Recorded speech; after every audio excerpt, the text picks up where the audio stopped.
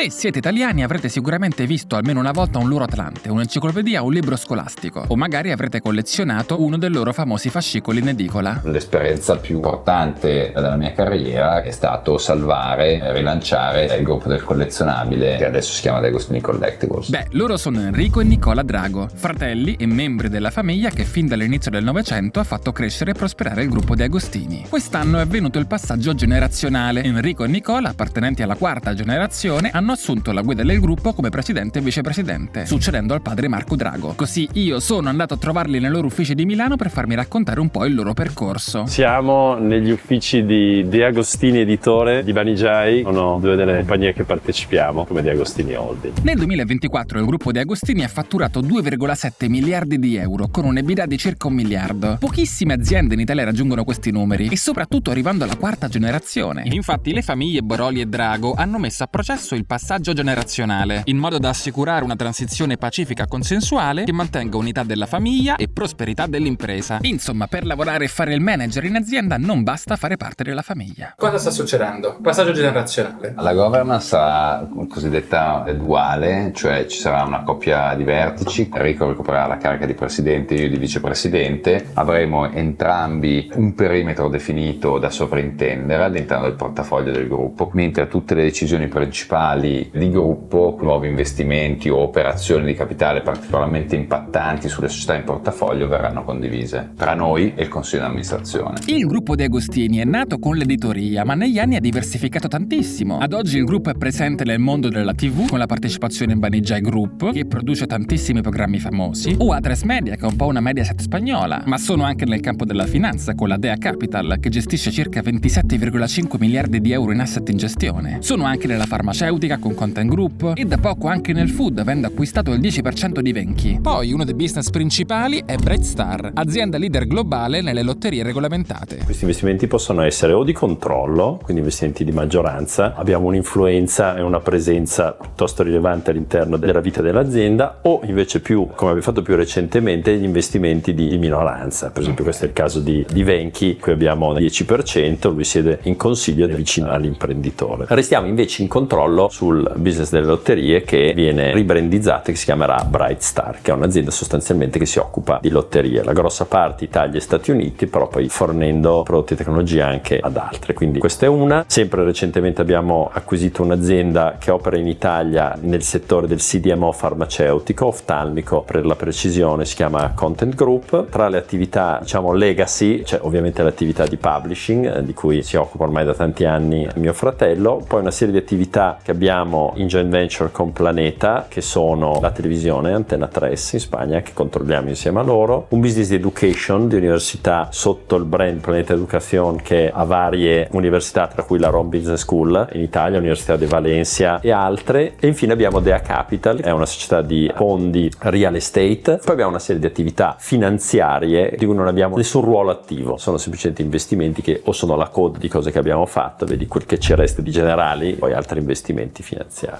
Per riassumere noi abbiamo diviso il mondo in tre: investimenti core, maggioranza maturi che soprattutto forniscono flussi di cassa verso la holding, investimenti growth, tipicamente sono investimenti in aziende più piccole a forte crescita, minoranza, non distribuiscono niente ma il cui valore dovrebbe crescere, e infine investimenti finanziari, sono appunto investimenti in cui non abbiamo nessun tipo di leva azionabile. Quanto pesano questi tre aspetti? Più o meno il core da un punto di vista del totale valore è sul 60-70%, growth un 20% e le attività finanziarie un 10%. Ok, ma quanto pesa l'attività originale da cui tutto è partito? In termini di fatturato ha anche una certa rilevanza perché fattura più di 300 milioni, che non è poco per attività editoriali. Da un punto di vista del valore molto meno, perché chiaramente le prospettive di generazione di cassa e di crescita sono inferiori agli altri business. Per noi è già una gran cosa essere riusciti a mantenerla, essere tra i pochi editori italiani con una scala globale e stanno svoltando e guardano al futuro con un pochino meno di preoccupazione di una volta. Ok, ma ora vediamo perché hanno deciso di guidare l'azienda. Quanti anni vi passate? Quasi neanche 2, 1 e mezzo. Ah beh, quindi siete proprio cresciuti insieme. Siamo cresciuti insieme, abbiamo fatto anche lo stesso percorso scolastico, stesso liceo a Novara, stessa università, tutte e due abbiamo rivendicato la nostra autonomia professionale, e tant'è che abbiamo cominciato le nostre carriere assolutamente all'esterno del gruppo. Poi dopo, sai, quando cominci a crescere, comincia a incombere la domanda fatidica, no? Voglio continuare a lavorare, sgobbare per il capitale di qualcun altro o per il mio capitale, pur sapendo che il nostro capitale è molto frazionato. Noi siamo la quarta generazione, in termini percentuali non è che è la maggioranza o tantomeno la totalità di un gruppo, però comunque tu e la tua famiglia hanno investito buona parte del patrimonio all'interno dell'azienda. Quando magari sei una sera alle 10 di sera a lavorare per qualcun altro, ti domandi se non faresti meglio a farlo per te stesso e per la tua famiglia, soprattutto se hai mantenuto un qualche legame anche emotivo, cosa che per noi è sempre stata, perché comunque nostro padre portava da ragazzini, andavamo in ufficio a Novara dove siamo cresciuti, quindi è rimasto dentro di noi un richiamo. Come in molte famiglie, la carriera inizia al di fuori dell'azienda per fare esperienza, dimostrare di essere capaci e per poi tornare nel gruppo di famiglia a far fruttare le competenze imparate. Lo abbiamo visto anche in altri video come quello in Ferrari Trento oppure Zambonè, per cui vediamo Enrico e Nicola che percorso hanno avuto. Poi volevo fare architettura, in realtà a quell'epoca, quindi parliamo della metà degli anni 90, era appena venuto a collaborare con noi un professore della Bocconi, esperto di aziende familiari, si chiama Guido Corbetta, e mi ricordo che era venuto un giorno a mangiare a pranzo a casa nostra e mio padre disse: ma perché non ti fai 2 chiacchiere, professor Corbetta, così ti spiega un po' che cos'è e cosa non è la Bocconi, e alla fine sono finito per fare la Bocconi. Esatto. Però poi appena laureato sono andato a vivere in Spagna, lì ho fatto l'MBA e uscendo da lì avevo la possibilità e l'insistenza anche da parte di nostro padre di andare a lavorare, però sono andato a lavorare in Inditex, sono stato a lavorare proprio per 7 anni da loro. In questi 7 anni ha fatto carriera fino a diventare amministratore delegato dell'Italia, conoscendo bene così anche Amanzio Ortega, il fondatore miliardario di Inditex. È sicuramente una delle persone, degli imprenditori da cui ho avuto modo di imparare una serie di cose. Una delle cose che c'era sempre 2 cose. La prima è che il sentido común es el menos común de los sentidos. E il secondo? Pocas cosas bien hechas. Poche cose fatte bene, che nel retail è tutto dire, perché non sono poche cose, il retail sono milioni di cose.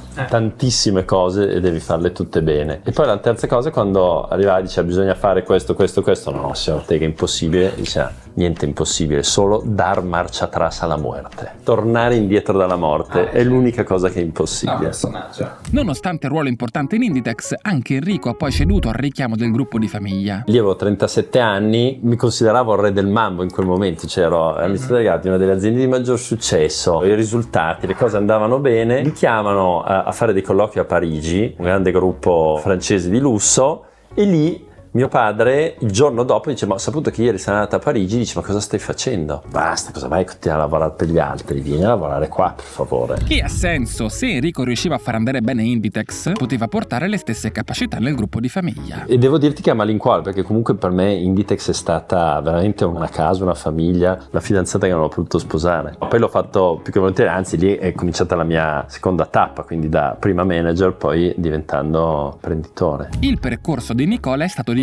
Anche lui come il fratello ha fatto la Bocconi, dopodiché ha fatto un paio d'anni in consulenza a McKinsey e poi l'MBA alla Columbia di New York. Dopodiché però a 30 anni è entrato nell'azienda di famiglia. Io sono diventato un po' quello del sistemare le cose. Prima ancora ero a Parigi a fare il controller, quindi con più finanza e controllo di gestione in Banijay, allora si chiamava Zodiac, ma comunque quello che oggi è Banijay, frutto di una serie di acquisizioni anche abbastanza rapide in sequenza, e quindi c'era un po' di casino e andava fissati alcuni parametri di misurazione, misure del successo o meno delle varie iniziative. Lavoravo con il CFO. Poi dopo sono rientrato in Italia, sempre all'interno del gruppo Zodiac c'era una divisione digitale che andava abbastanza male, necessitava un po' di una ristrutturazione, e quindi mi è venuto un po' il piglio dell'aggiustatore. Ho trovato una situazione che mi preoccupava in prospettiva e quindi ho cominciato a smontarla a pezzettini, a razionalizzarla, a valorizzarla. Il progetto è venuto bene, nel senso che ci ha fatto scampare dei rischi nei quali saremmo incorsi. A quel punto lì avevo 34 anni, stavo finendo quell'esperienza un po' aggiustatore, e quindi sono stato chiamato dall'allora amministratore delegato del gruppo per dire: senti, c'è questa attività qua del collezionabile, te la ricordi? Che sembra non essere in una situazione buona, e dà un'occhiata su quali sono secondo te opportunità e minacce. Quindi ho dato un'occhiata per un paio di mesi, sono tornato a fare il consulente interno, mi sono presentato con una diagnosi dei problemi, 2 o 3 raccomandazioni lasciate a qualcuno qualcuno che le eseguisse, e invece purtroppo mi hanno detto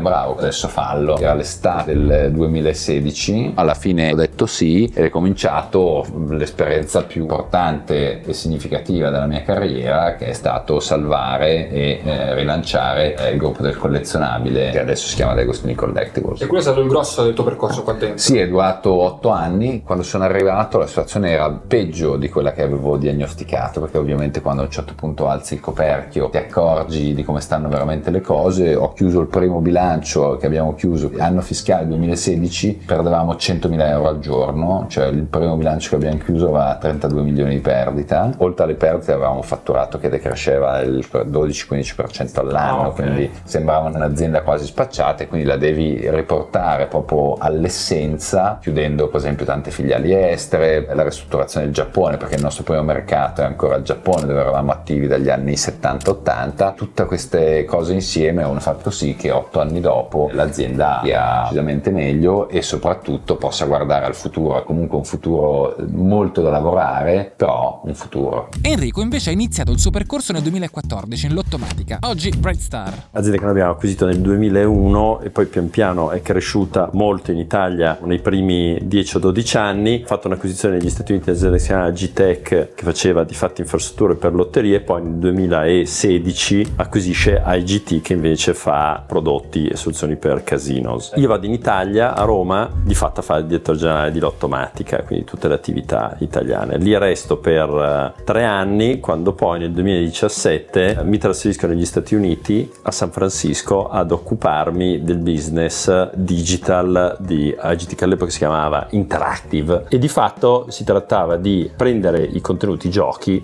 slot machine, e portarli su digitale.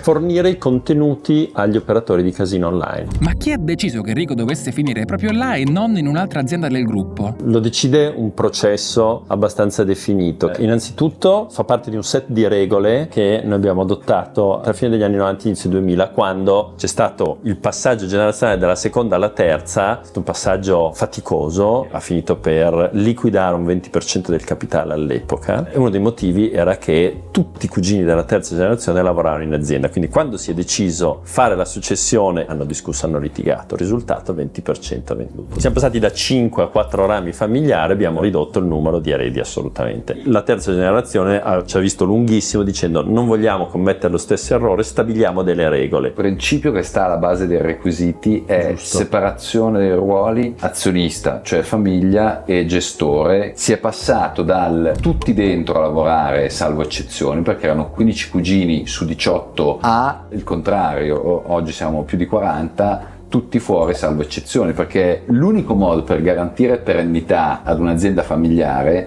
è quella di insegnare ai proprietari a fare i proprietari, che non significa necessariamente essere un manager attivo, anche perché fossero tutti bravi manager. Esatto. E poi soprattutto c'è il rischio che se tutti i membri della famiglia occupano le posizioni nevralgiche, apicali, non riuscirai mai ad attirare gente brava, perché tanto sa che non farà carriera, perché sono i posti che contano, sono occupati dai familiari. È la famiglia che è a servizio dell'azienda e non l'azienda che è a servizio della famiglia. Ok, ma come funziona di preciso? Ci sono di fatto 2 tipi di carriera: la carriera manageriale e la carriera, diciamo, di collaborazione. Quella di collaborazione chiunque può fare richiesta, manifestare l'interesse e la volontà. Se nell'azienda, in una delle aziende, c'è la necessità, questa persona può entrare, però entrando come collaborazione lì nasci, lì muori, non potrai mai fare carriera all'interno dell'organigramma. Collabori, lì entri e lì resti. Mentre invece nella carriera manageriale tu entri perché hai delle ambizioni, l'azienda effettivamente ha bisogno di te e c'è una possibilità di costruire un percorso. Come funziona? Faccio un'application e dico all'azienda, lo si dice a chi guida l'azienda, amministratore delegato dell'azienda. L'amministratore delegato dell'azienda, della holding De Agostini, raccoglie la candidatura, guarda se questo profilo effettivamente è un profilo che può funzionare, e in modo particolare se ci sono delle posizioni o all'interno della holding, difficile perché è molto piccola, trova molto più facilmente all'interno di una delle aziende in cui quel determinato profilo può funzionare, come se fosse un HR. Se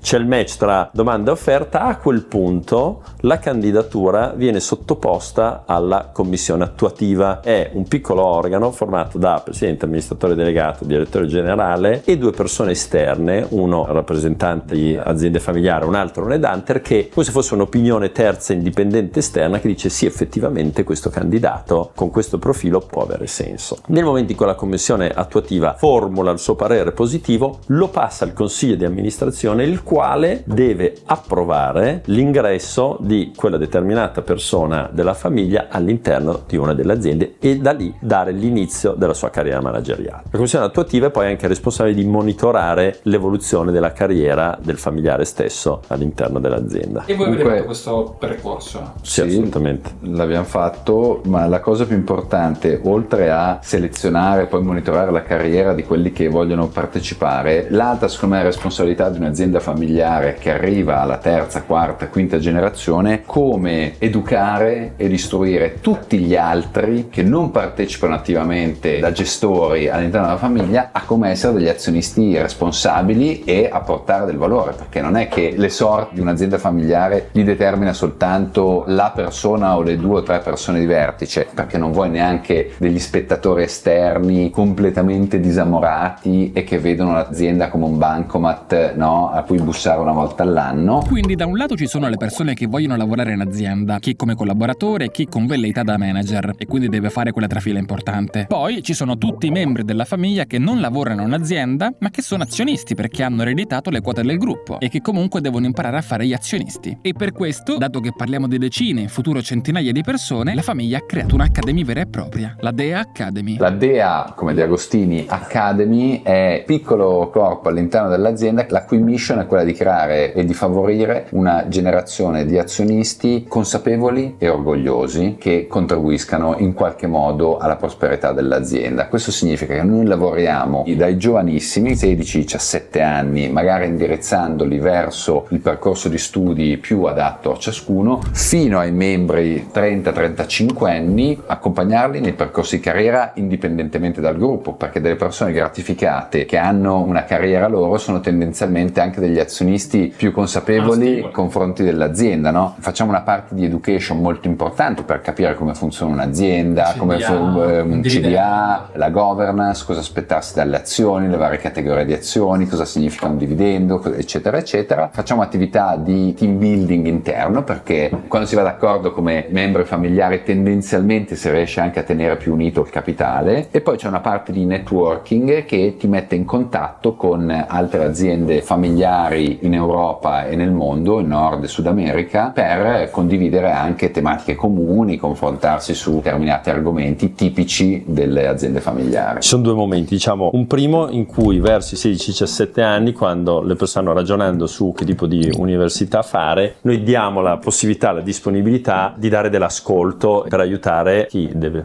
fare una scelta e magari non ha idea, si aggiunge alle discussioni che uno può fare in casa. Dall'altra, quando una persona, un discendente, quarta o quinta generazione, compie 18 anni, io ho 4 figli, il secondo adesso ha compiuto 18 anni un mese fa, gli è arrivata un'email dicendo: benvenuto tra i membri maggiorenni della quinta generazione, noi avremo un management, uno shareholder meeting, cerchiamo una data, mezza giornata in cui ti diamo una formazione iniziale su chi è De Agostini, come funziona, come è organizzata, cosa vuol dire diventare azionista. E quindi l'abbiamo fatto quest'anno, ce ne sono 3 ragazzi, 2 ragazzi e una ragazza che sono diventati 18enni e a tutti loro viene data questa forma di induction preliminare. Poi c'è un po' di accompagnamento durante l'università, un po' di ingaggio, insegnare a cercare lavoro, tenere il profilo LinkedIn, tenere bene un curriculum, saper ingaggiare un potenziale datore di lavoro, tutte regole base, un supporto nei primi anni di carriera, assicurare che ciascuno dei membri della famiglia abbia delle buone opportunità di lavoro. No, incontrate tutti quanti ogni tanto? Come famiglia allargata ci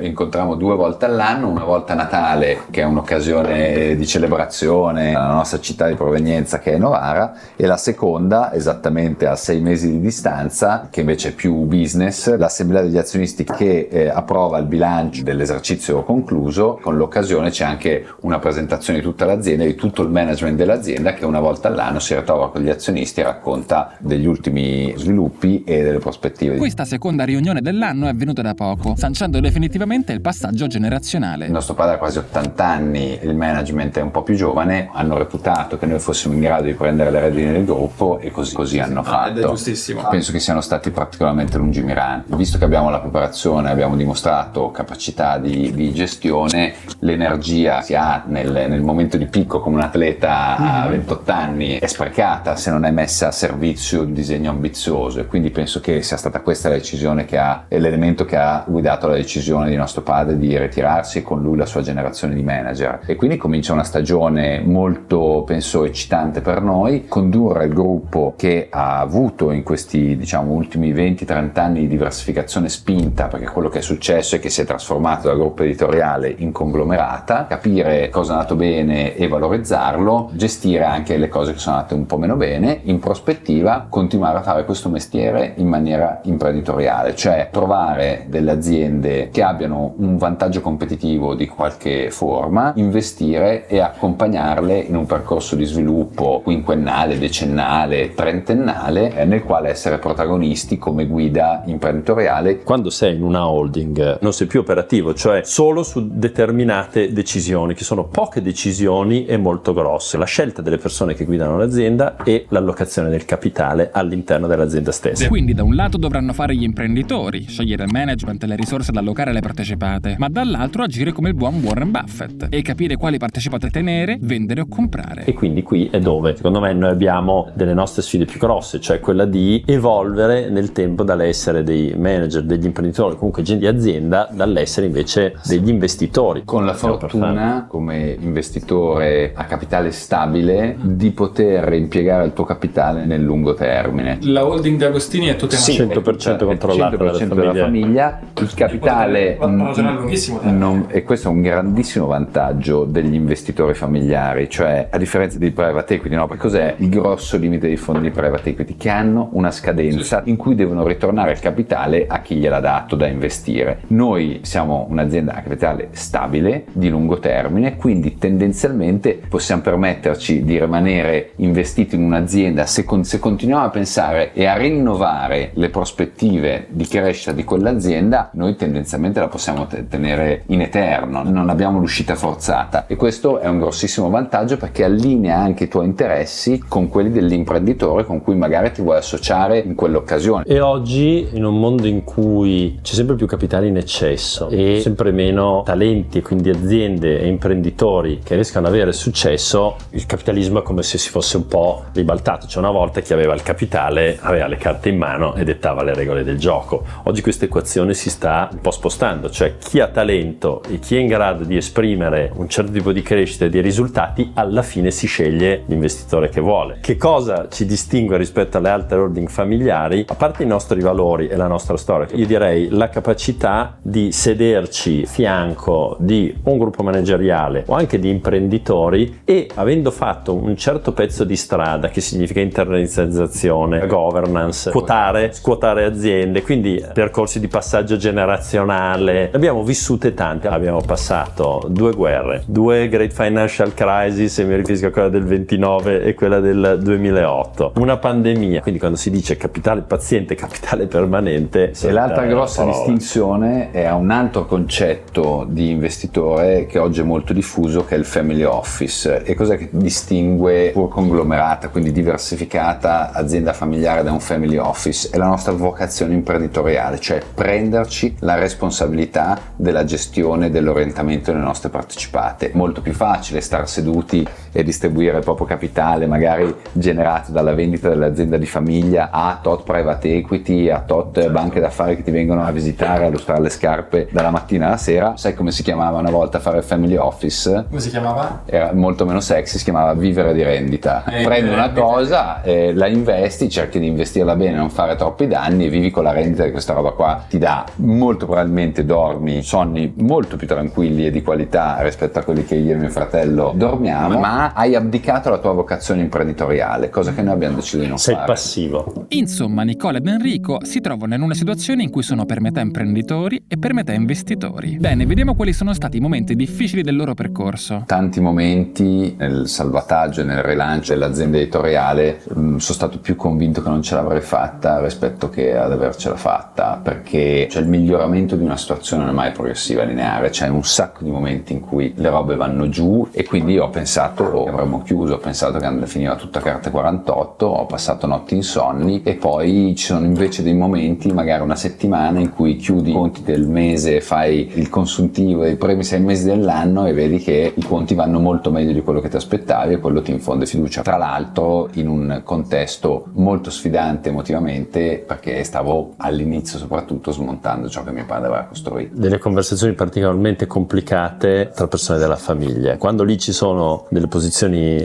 diverse e discordanti, è molto difficile riuscire a equilibrare la parte razionale e la parte emotiva. Riuscire a separare il ruolo familiare di fratello, di padre, di cugino, di zio da quello professionale è difficile. Quindi a volte questa cosa, che è nell'essenza della natura delle aziende familiari, collassa perché ti trovi o delle decisioni molto grosse, che possono essere sia positive che negative, o dei momenti di conflitto. Quello, se vuoi, è la tempesta perfetta. Terminata la chiacchierata, a quel punto era il momento di passare da Novara nella loro sede storica. Stiamo andando a Novara, dove si trova la sede storica del gruppo De Agostini, dove si è trasferito negli anni 20, dopo che era stato a Roma si è trasferito a Novara come istituto geografico De Agostini, e adesso è ancora la sede della nostra holding. Allora, il gruppo è nato come il gruppo De Agostini come un gruppo prima geografico, poi editoriale, ha avuto un grande sviluppo negli anni 60-70 fino agli anni 90 perché ci siamo inventati un mestiere che è quello del collezionabile. Prendevamo le enciclopedie, il nostro prodotto più iconico è stato il Milione, che non era altro che un'enciclopedia fatta a fascicoli, resa pop, nazional popolare, quindi resa accessibile a un prezzo molto basso nel canale più nazional popolare di allora, che erano le edicole. Così questa strana categoria editoriale che ci siamo inventati, poi siamo stati molto bravi ad eseguirle, l'abbiamo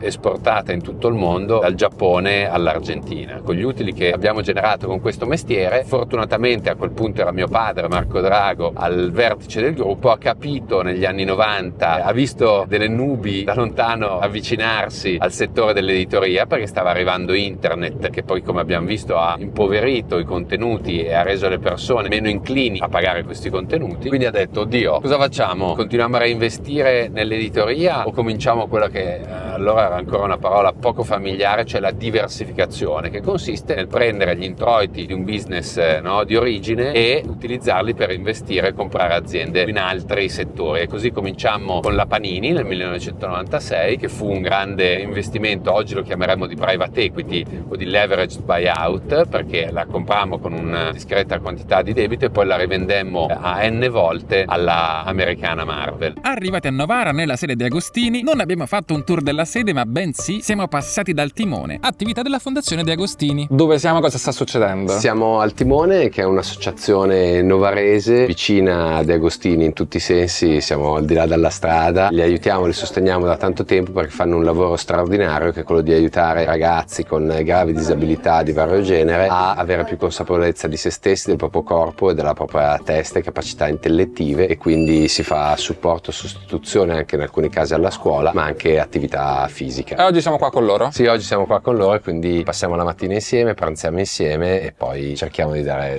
una mano. Abbiamo visto la struttura, i vari laboratori ed aule, la palestra. Ci è stato spiegato tutto il lavoro dietro al progetto del Timone, una struttura a cui si affidano tantissime famiglie del territorio e che si sta anche ampliando, per cui siamo andati a vedere anche i lavori. No, molto bene, il lavoro di Ugo, Ugo è una persona come tutti quelli che dedicano la propria vita a queste iniziative, che è responsabile di grandi visione, grande passione, e da quello che vedo, insomma, questi ragazzi, soprattutto le loro famiglie, stiamo parlando per la maggior parte di gravi disturbi di autismo, hanno un momento per tirare il fiato e hanno un momento in cui sono intrattenuti e formati da qualcun altro che non sia la famiglia stessa. Tu sei cresciuto qua in zona oppure? Io sono qua di Novara, sono un paio di chilometri da qua e quindi venivamo qua, papà lavorava qua, passavamo anche i sabati perché papà ovviamente qualche sabato lo passava qua, sono tutti posti a me molto familiari.